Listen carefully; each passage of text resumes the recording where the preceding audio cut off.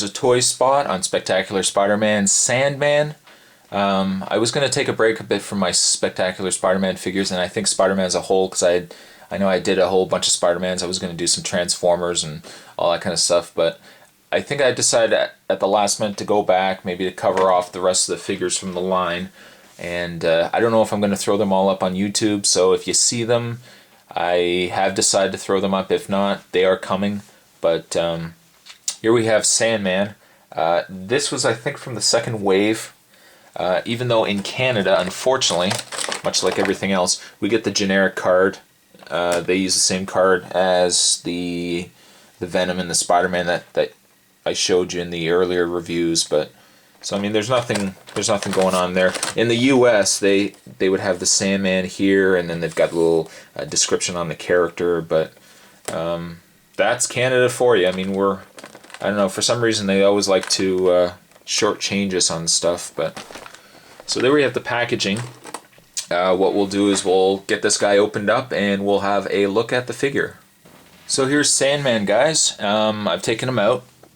If we have a look at the figure here, they've done a really great job on the detail of the figure. I would say probably the Sandman and maybe the Green Goblin are the nicest sculpts of the villains, at least. Or actually, the Electro is my favorite, but they did a really good job on the sculpt on the face, on the body. They've actually done a great job on the detailing of the sand as well.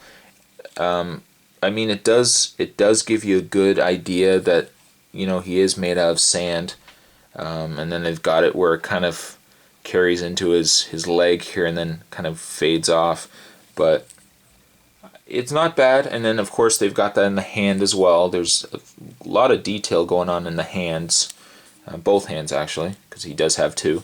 Now the good parts aside, my gripe with the toy, and I think looking at it you can kind of get an idea of what it would be, is that he has articulation in the legs, in the arms, and then in the shoulders, and then of course in the head. But I just don't like that they always resort to putting these figures in statues.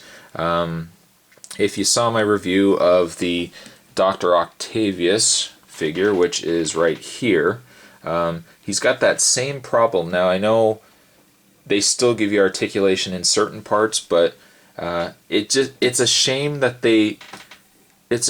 they're more concerned with doing a gimmick on a toy than they are on the actual articulation. What I would have liked to have seen, and I know it's probably asking a lot, is it would have been nice maybe just to keep the torso the same and maybe give him like regular human legs with maybe articulation in the knees, and then give him alternate legs or an alternate, you know, sand base or something like that.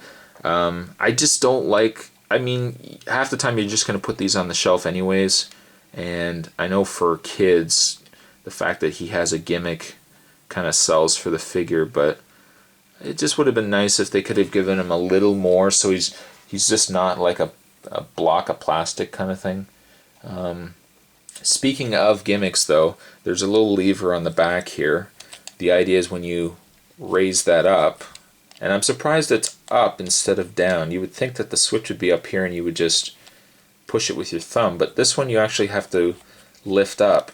And when you lift it, his hand, flip it around here, his hand just does a, I don't know, a bitch slap feature, I guess. That's the best I can describe it. It doesn't do it on this hand. This hand does have at least the articulation in the elbows here. I mean, this one does too, but then you've just got a straight arm. This hand also you can take off, and his other feature, or his other accessory, is a stone, or I say stone, but sand hammer.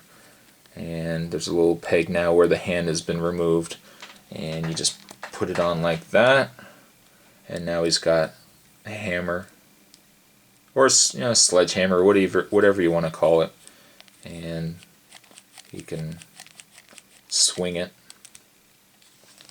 But there you have the figure. I mean, there's really not much to say. I love the way it looks. The coloring's great. The sculpt is great.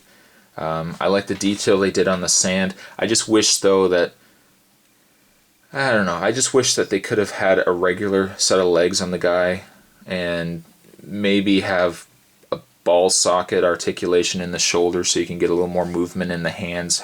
You can have the arms down. But I don't know. I guess there's small gripes for the fact that it is based on a kid's cartoon. But at any rate, it's a good figure. There you have it. There's a toy spot on Spectacular Spider-Man Sandman, and I'll see you at the next review.